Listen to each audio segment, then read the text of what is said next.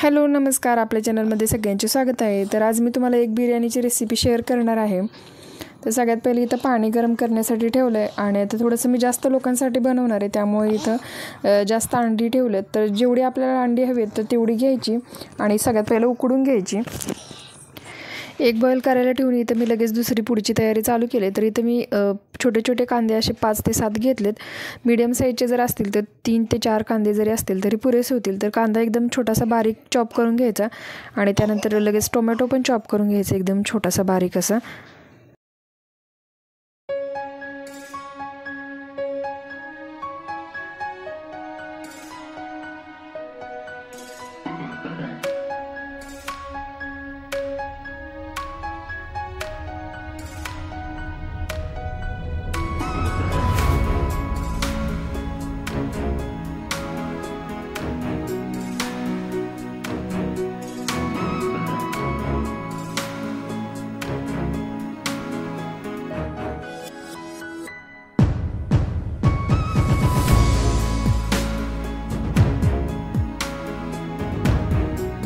मिरच्या जेवढ्या आपल्याला आवडीप्रमाणे अशा तिखट आपण उभे चिरून थोडेसे टाकले की दिसताना पण थोडेसे छान दिसतात आणि टेस्ट पण येते छान। तर कोथिंबीर पण इथं मी बारीक चिरून घेते, सोबत पुदिन्याचे पानं जे आहेत ती पण एकदम मी तोडून ठेवलेत। तर सगळी आधी तयार करून ठेवायची म्हणजे पटकन नंतर काही मिस होत नाही। तर आता इथे मी अंडी उकडून व्यवस्थित सोलून घेतलेत। आता त्याला इथं अशा वरून अशा स्क्रॅच करून घ्यायचे। तर असं थोडंसं हे करून घेतलं ना, असे टाचा वगैरे मारून घेतलं की कारण आतमध्ये जो आहे तर तो मसाला पूर्णपर्यंत जातो, नाही तर मग वरून असं जास्त फ्राय केलं तर मसाला आतपर्यंत जात नाही। त्यामुळे इथे थोड्याशा अशा ह्या भेगा द्यायच्यात आपल्याला अंड्याला। आणि आता तेल गरम करत ठेवायचं, तेल किंवा तूप काही यूज करू शकतोय। तर आता तेल मी इथं ठेवलं गरम करत ठेवलं आणि आता याच्यात लाल तिखट टाकले, थोडंसं अजून दुसरा कोणता थोडासा जर मसाला गरम मसाला वगैरे टाकायचा असेल तर ठीक आहे। पण इथं थोडंसं काय झालं, मी कढईत वगैरे जर आधी फ्राय करून घ्यायला पाहिजे होते तर डायरेक्ट मी इथं कुकरमध्येच फ्राय करायला टाकले।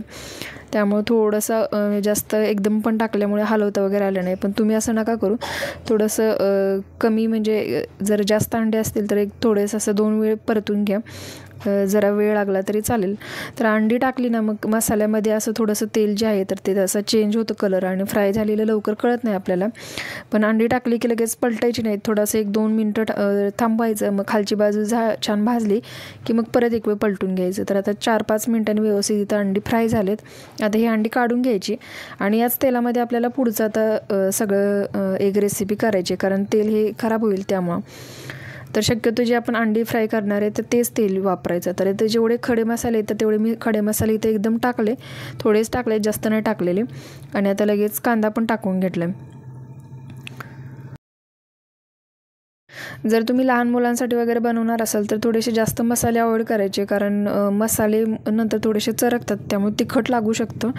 तर लहान मुलं असतील तर थोडेसे मसाले कमी वापरायचे। तर आता इथं कांदा छान फ्राय झाल्यानंतर मी लगेच ह्याच्यामध्ये टोमॅटो टाकून घेतलं आहे। आता कांदा टोमॅटो फ्राय होते तोपर्यंत इथे मी 1.5 वाटी बरोबर मोजून घेतलेत तांदूळ, बिर्याणीचा जो राईस आहे तर तो। आणि आता 5 मिनटं आधीच एकदम फक्त स्वच्छ धुवून घेते। तर जास्त पण आधी धुवून घ्यायचं नाही, नाहीतर तांदळाचा जो आहे तो तुकडा पडतो त्यामुळं। तर आता टोमॅटो वगैरे पण आता इथं छान फ्राय झाले, तेल वगैरे सुटले पाहू शकते तुम्ही। याच्यात मिरची वगैरे पण मी टाकून घेतली। आता मिरची लगेच नाही टाकायची, थोडीशी उशिरानंच टाकायची। आता जो धुतलेला तांदूळ आहे तर तो आपण ॲड करायचा ह्याच्यामध्ये। तर मसाले मी ह्याच्यामध्ये दुसरा कोणता जास्त मसाला वगैरे वापरलेला नाही आहे। जेव्हा सगळं सुरुवातीला अंडी फ्राय केली तेव्हा गरम मसाला वगैरे थोडाफार टाकला होता तर तोच आहे, आणि थोडीशी हळद टाकलेली आणि थोडं लाल तिखट। आता ह्याच्यामध्ये थोडंसं मी एकदम वाटण वगैरे होतं माझ्याकडे एक्स्ट्रा तर ते टाकते, पण नाही टाकलं तरी चालतं, अशी काही वाटणाची गरज नाही आहे। आणि थोडंसं आता इथं बिर्याणी मसाला टाकला आहे, अर्धा स्पून टाकला तरी चालेल, कारण ऑलरेडी आपण खडे मसाले थोडासा गरम मसाला वगैरे वापरला आहे त्यामुळे बिर्याणी मसाल्यामध्ये पण थोडे जास्त मसाले असतात, त्यामुळे शक्यतो मसाले जास्त वापरायचे नाही। आणि आता ह्याच्यामध्ये धुतलेला जो तांदूळ आहे तर तो ॲड करते मी।